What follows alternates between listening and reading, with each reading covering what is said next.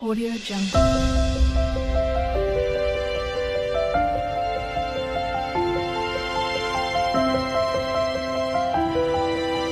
Audio Jungle.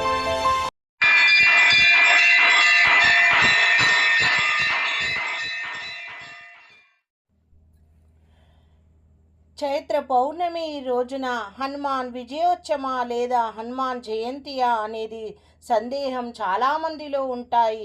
ఈరోజు వివరంగా దాని వెనుక ఉన్న పౌరాణిక కథ ఏమిటో తెలుసుకుందాం. ప్రతి ఏటా చైత్రమాసం వచ్చేసరికి పౌర్ణమి రోజున హనుమాన్ జయంతిగా హనుమాన్ విజయోత్సవం అనే హడావుడితో అంత ఇంత కాదు, అందరూ ఎంతో ఘనంగా జరుపుకుంటారు. వైశాఖ మాసంలో కదా హనుమాన్ జయంతి అని ప్రశ్నిస్తుంటారు. ఇంతకు ఆంజనేయుడి జన్మదినం చైత్రమాసంలోనా వైశాఖ మాసంలోనా అన్న సందేహం చాలామందికి ఉంటుంది. ఈరోజు నివృత్తి చేసుకుందాం. ఇక వైశాఖ మాసంలోనే హనుమాన్ జయంతి జరుపుకుంటారు. ఎందుకనగా దాని వెనుక ఉన్న పౌరాణిక కథ ఏమిటో వివరంగా తెలుసుకుందాం. అంజనా కేసరుల కుమారుడైన ఆంజనేయుడు రాక్షస సంహారం కోసము రామకార్య నిర్వహణం కోసము ఉదయించాడు, అంటే జన్మించాడు. పుంజిక స్థల అనే అప్సరస అంజనాదేవి వానరశ్రీగా జన్మించింది. శివ అష్టమూర్తి అయిన వాయువు ద్వారా రుద్రాంశ ఆమెలోను హితమై హనుమంతుడు అవతరించాడు, ఇక జన్మించాడు. హనుమాను కథకు ప్రామాణిక గ్రంథము పరాశర సంహిత ప్రకారము హనుమంతుడు వైశాఖ బహుళ దశమి శనివారము పూర్వాభాద్ర నక్షత్రము మధ్యాహ్నం సమయంలో కర్కాటక లగ్నము కౌండిన్యస్య గోత్రంలో జన్మించాడని ఉంది. అందుకే వైశాఖ బహుళ దశమి రోజున హనుమాన్ జయంతి జరుపుకోవాలి. ఇక చైత్రమాసంలో వచ్చే హనుమాన్ని విజయోత్సవము అని అంటారు. దాని వెనుక ఉన్న పౌరాణిక కథ ఏమిటో తెలుసుకుందాం. వైశాఖంలో వచ్చేది హనుమాన్ జయంతి అయితే చైత్రమాస పౌర్ణమి రోజున కూడా హనుమాన్ జయంతి అని ఎందుకు అంటారు అనే సందేహం చాలామందిలో ఉంటుంది. దానికి కారణం ఏమిటో, హనుమంతుని సహాయంతో రాముడు సీత జాడను వెతకడము, వారధిని నిర్మించడం, లక్ష్మణుడు మూర్చిపోయినప్పుడు సంజీవిని తీసుకొని వచ్చి ప్రాణాపాయం నుంచి తప్పించడం, ఈ విధంగా అయోధ్యకు చేరుకునే వరకు అడుగడుగున శ్రీరాముడి విజయం వెనుక భక్తుడు హనుమంతుడు ఉన్నాడు. అందుకే అయోధ్యకు చేరుకొని పట్టాభిషేకం ఘట్టం ముగిసిన అనంతరము రాముడు ఇలా అనుకున్నాడట: హనుమంతుని సేవల కారణంగానే సీతాదేవి తిరిగి వచ్చింది. నేను తిరిగి అయోధ్య నగరములో పట్టాభిషిక్తుణ్ణి అయ్యాను. ఈరోజు ప్రజలు అంత ఆనందంగా ఉన్నారంటే ఈ విజయము ఆనందము అన్ని హనుమంతుడి వల్లే సాధ్యము అయ్యాయని ఆంజనేయుణ్ణి ప్రేమగా ఆలింగనం చేసుకొని కృతజ్ఞతలు చెప్పాడట శ్రీరామచంద్రుడు.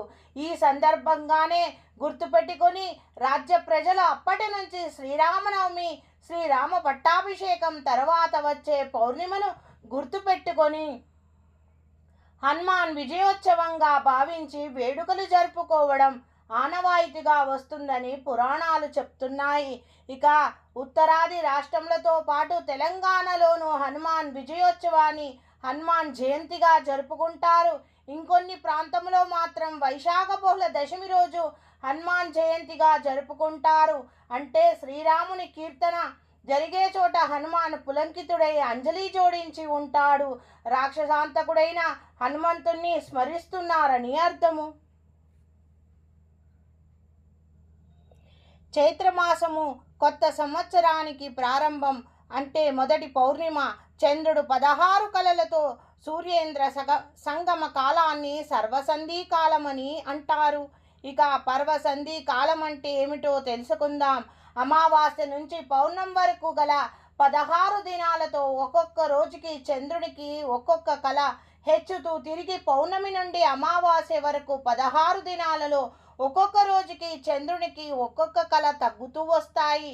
ఇలా 16 కళలతో చంద్రుడు సంవత్సరానికి 12 పౌర్ణిమలు అత్యంత కాంతివంతుడై ప్రతి మాసంలో పౌర్ణమి నాటి నక్షత్రంలో కూడి ఉండటం వలన ఆ నక్షత్రాన్ని బట్టి ఆ పౌర్ణమికి ఆ పేరు వస్తుంది.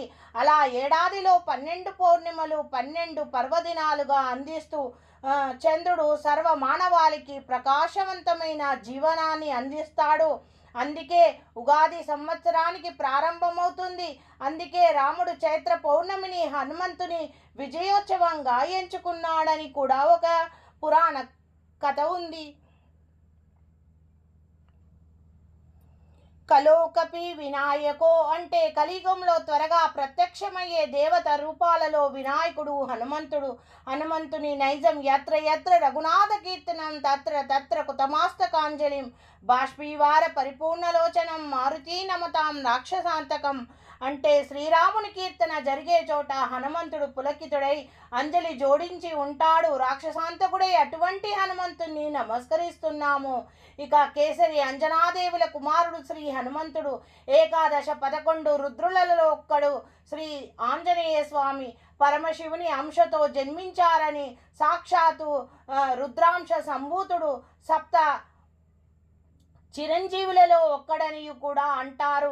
ఆంజనేయ స్వామి వారు హిమాలయాలో కైలాస మానస సరోవర సమీపంలో రామనామం జపం చేస్తూ ఈనాటికి జీవించే ఉంటారు.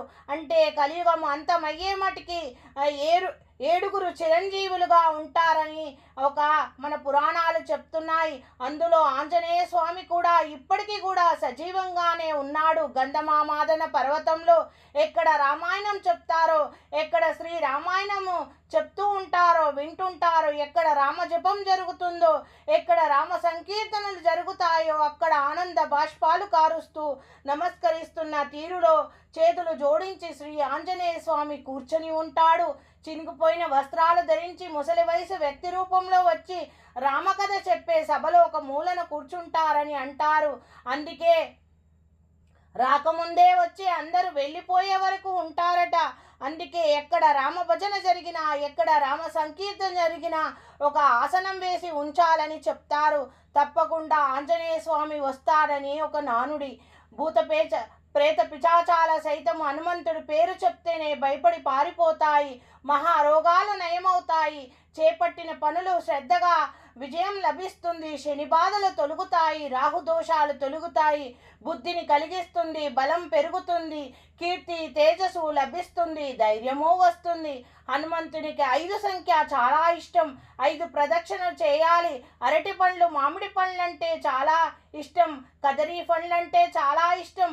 వీలుంటే 5 పళ్ళు సమర్పించాలి. 5 సార్లు హనుమాన్ చాలీసా పారాయణము చేయాలి. ఇక హనుమాన్ జయంతి వరకు 40 రోజులు మండలం పాటు మాల వేసుకొని కూడా దీక్షలు చేస్తారు. ఆంజనేయ స్వామి మాల వేస్తారు. ఇక ప్రతిరోజు 1, 3, 5, 11 లేక 41 వీలైన సార్లు హనుమాన్ చాలీసా పారాయణం చేస్తారు. ఇలా చేయడం వల్ల చాలా శుభకరం. అన్ని దోషాలు తొలగిపోతాయి. అనుకున్న పనుల విజయం కలుగుతుంది. అన్ని సంపూర్ణంగా సిద్ధిస్తాయి. కోరిన కోరికలు నెరవేరుతాయి. హనుమంతుని అనుగ్రహం కలుగుతుంది. నిష్టగా హనుమాన్ చాలీసా పారాయణం చేసి రోజు స్వామికి పళ్ళు తప్పనిసరిగా నివేదన చేసి నైవేద్యంగా స్వీకరించడం వలన చక్కటి సంతానము హనుమాన్ అనుగ్రహంతో అంతటి శక్తిశాలి అయిన పుత్రులను కలిగిస్తాడని కూడా ఒక హిందువుల ప్రగాఢ నమ్మకం. చైత్ర పౌర్ణిమ రోజు విజయోత్సవంగా హనుమాన్ జయంతిగా జరుపుకోవడానికి మరి ఒక పురాణ కథ కూడా ఉంది. అది ఏమిటో వివరంగా తెలుసుకుందాం. ఇక హనుమాన్ జయంతి ఎప్పుడు అనేది చాలామందికి సందేహంగా ఉంటుంది.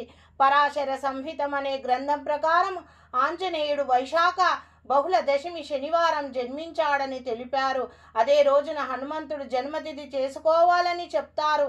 అయితే కొన్ని ఇతిహాసాల ప్రకారం చైత్ర పౌర్ణమి నాడు నికింపుడు తదితర రాక్షసులను సంహరించి హనుమంతుడు విజయం సాధించినట్లు కనిపిస్తుంది. ఈ కారణంగా ఆ రోజు హనుమత్ విజయోత్సవం చేసుకునే సాంప్రదాయం కొన్ని చోట్ల ఉంది. దీన్ని ఉత్తరాదిలో హనుమంతుని జన్మతిథిగా చేసుకుంటారని కొంతమంది పెద్దలు చెప్తారు. అయితే అలాగే చైత్ర పౌర్ణిమ నాడు హనుమంతుని విజయోత్సవం దక్షిణాదిలో ముఖ్యంగా తెలంగాణ ప్రాంతంలో చాలా ఘనంగా జరుపుకుంటారు. ఆంజనేయ స్వామి వారు నిలువెత్తు విగ్రహం దగ్గర 60 అడుగుల శోభయాత్రగా ఊరేగిస్తారు. చైత్ర పౌర్ణిమ హనుమత్ విజయోత్సవం నుంచి 41 రోజుల పాటు ఆంజనేయ స్వామిని దీక్ష చేస్తారు. ఈ దీక్ష చివరి రోజున హనుమంతుని జన్మతిథిగా చేసుకుంటారు. ఈ 41 రోజులు తెలుగు ప్రజలు ఆంజనేయునికి ఉత్సవాలు జరుపుతారు. ప్రత్యేకమైన పూజలు, అభిషేకాలు, అర్చనాదులు చేస్తారు. వైశాఖ బహుళ దశమి నాడు దీక్ష విరమణ చేసి వైభవంగా పూజలు నిర్వహిస్తారు. ఇక వైశాఖ బహుళ దశమిని ఎందుకు పూజిస్తారు, ఆ రోజు ఎందుకు అనగా ఇలా శ్లోకం ద్వారా తెలుసుకుందాం. హనుమంతుడు జన్మదినం వైశాఖ బహుళ దశమి నాడు జరుపుకునేందుకు ఒక బలమైన కారణం ఉంది. కలో పరాశరా స్మృతి అనే శాస్త్రాలు చెప్తున్నాయి. ఈ క్రింది శ్లోకం ద్వారా తెలుసుకుందాం. వైశాఖేమ శ్రీకృష్ణాయ దశమ్యామందవాసరే పూర్వాభాద్రా ప్రభూతాయ మంగళం శ్రీ హనుమతే అని చెప్పబడింది. అంటే దీని ప్రకారం వైశాఖ మాస బహుళ దశమి నాడు హనుమంతుని జన్మతిథి జరుపుకుంటారు. ఈ రోజున హనుమాన్ చాలీసా, ఆంజనేయ స్తోత్రాలను స్వామిని స్తుతిస్తే అనుకున్న కార్యాలు దిగ్విజయంగా పూర్తవుతాయని ఆధ్యాత్మిక పెద్దలు చెప్తున్నారు. ఇక విజయోత్సవం జరుపుకోవడానికి కారణాలు ఏమిటో కూడా తెలుసుకుందాం. చైత్ర పౌర్ణిమ హనుమద్ విజయోత్సవం అంటారు మరికొందరు. పరాశర సంహితను అనుసరించి హనుమంతుడు అవతరించింది వైశాఖ బహుళ దశమి నాడు అని పరాశర మహర్షి చెప్పాడు. శ్రీరాముడు సీతారాములతో కలిసి అయోధ్యను చేరుకున్నాక లంకలో రావణుపై విజయానికి కారణము హనుమాని అని రాముడు ప్రకటించి Chaitra పౌర్ణిమను Hanuman విజయోత్సవంగా నిర్ణయించారట.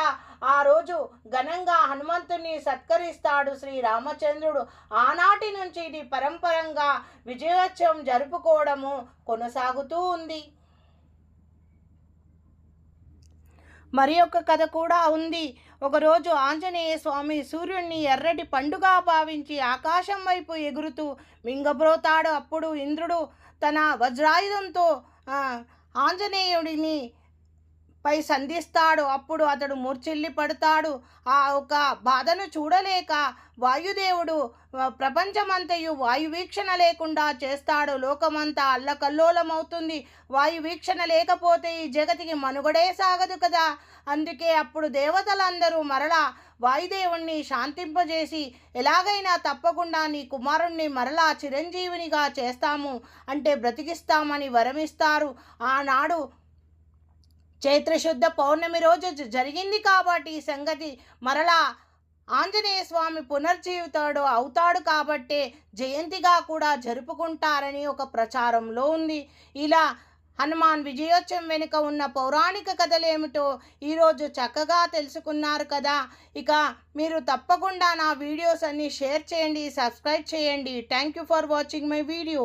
Please subscribe and share and watch my playlist. Thank you.